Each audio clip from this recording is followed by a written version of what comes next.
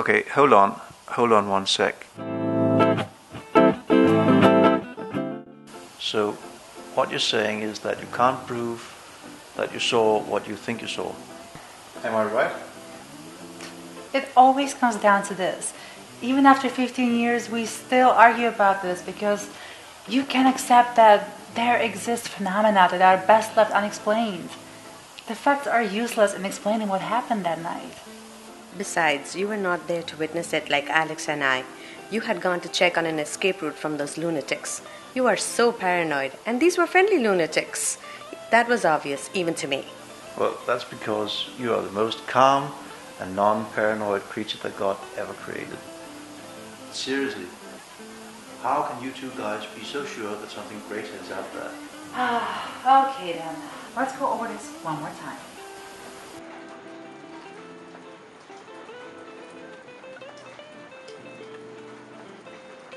It's funny, the day seemed remarkable even before anything happened. It was our first trip outside the US. No limits.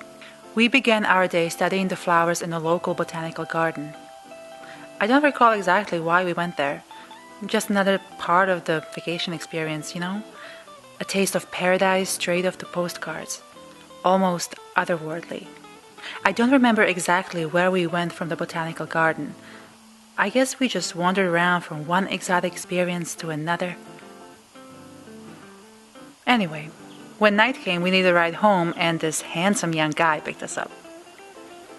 According to my memory, you're leaving out some strange details. Or are you saying there was nothing weird about him? He did take us to that place, remember? With all those people putting their arms around us and chanting? They were exposing us to a bit of culture. I'll admit the location was unorthodox, but we are in no place to judge. They accepted us into their ring and allowed us to watch them perform their ritual. You can't tell me you weren't at least somewhat enthralled. I, for one, was not particularly scared. Oh, come on, you were hysterical. It was in your eyes. You begged me to get you out of that ridiculous situation. Shut up. Do you want to hear my side of the story or not?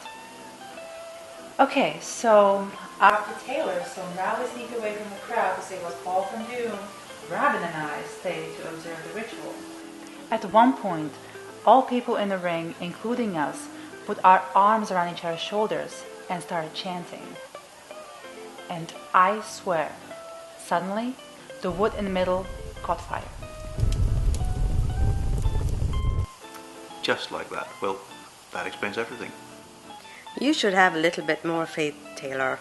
And Alex, you may be trivializing things a little bit. I remember it differently than that. We had planned this trip, planned this trip, since freshman year in high school.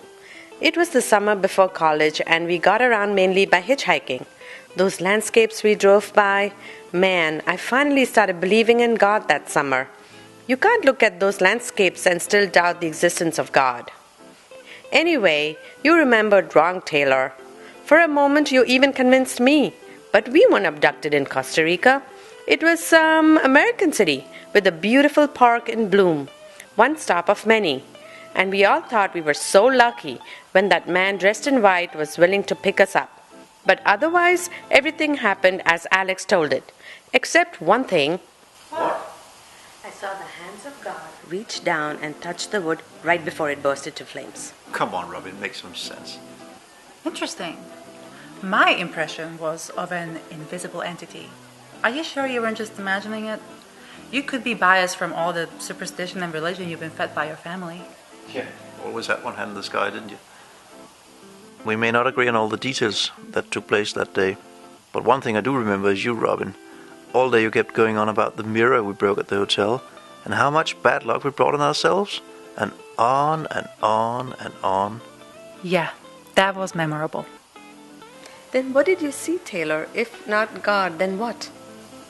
Perhaps I don't know what I saw, but I do know that we never visited the gardens that day. You suggested it, Robin, but we visited the museum instead. I kept the ticket stub, San Diego, August 11th, 1994. Okay, now that we have established time and place, let me tell you what I saw from the outside. There was one thing that struck me. The stars were out in the night sky.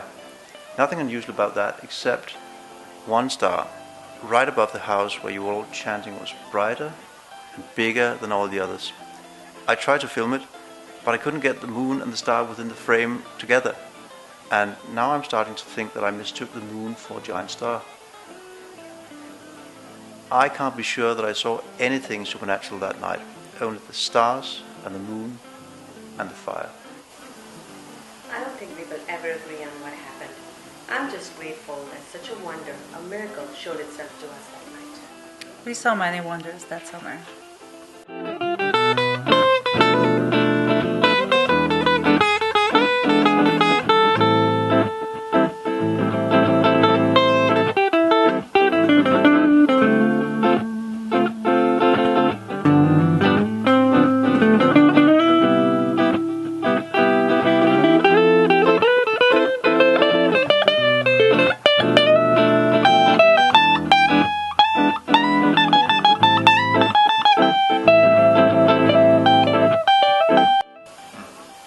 Well, perhaps we should join the dancing hall downstairs. I heard that Seth is a DJ.